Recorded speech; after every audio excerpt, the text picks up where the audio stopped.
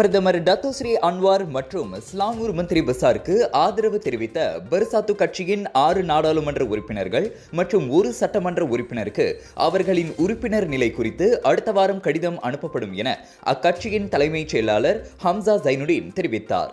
Kuala குபுபாரு மாநில சட்டமன்ற இடைத்தேர்தல் வாக்களிப்பு முடிந்தவுடன் சம்பந்தப்பட்ட அனைத்து மக்களின் பிரதிநிதிகளுக்கும் ஒரே நேரத்தில் கடிதம் அனுப்பப்படும் என்று அவர் கூறினார்.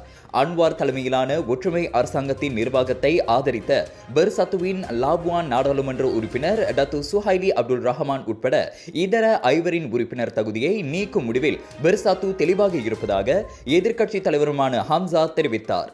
சில முக்கிய விவகாரங்கள் காரணமாக உறுப்பினர் பதவியிலிருந்து நீக்கப்படுவதற்கான கடிதம் முதலில் சுஹைலிக்கு வழங்கப்படும். பெர்சாத்து உச்சமன்றம் உறுதிப்படுத்துவதற்காக நாங்கள் காத்திருக்கிறோம்.